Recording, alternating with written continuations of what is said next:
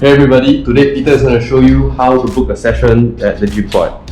Alright guys, so first things first, you just need to make sure you have the latest version of the Gympod app downloaded.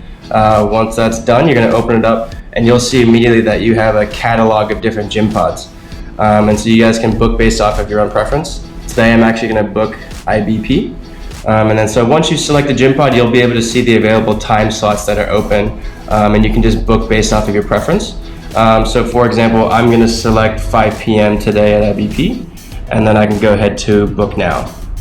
If you guys have any relevant promotional codes, you can enter it here, but I'm just going to proceed as is. And then you guys will see, if you haven't already linked your credit card number to your personal profile, you can go ahead and do that, and then it'll expedite your booking process. But once you put in your credit card info, your booking is all set and you're well on your way to enjoy your workout.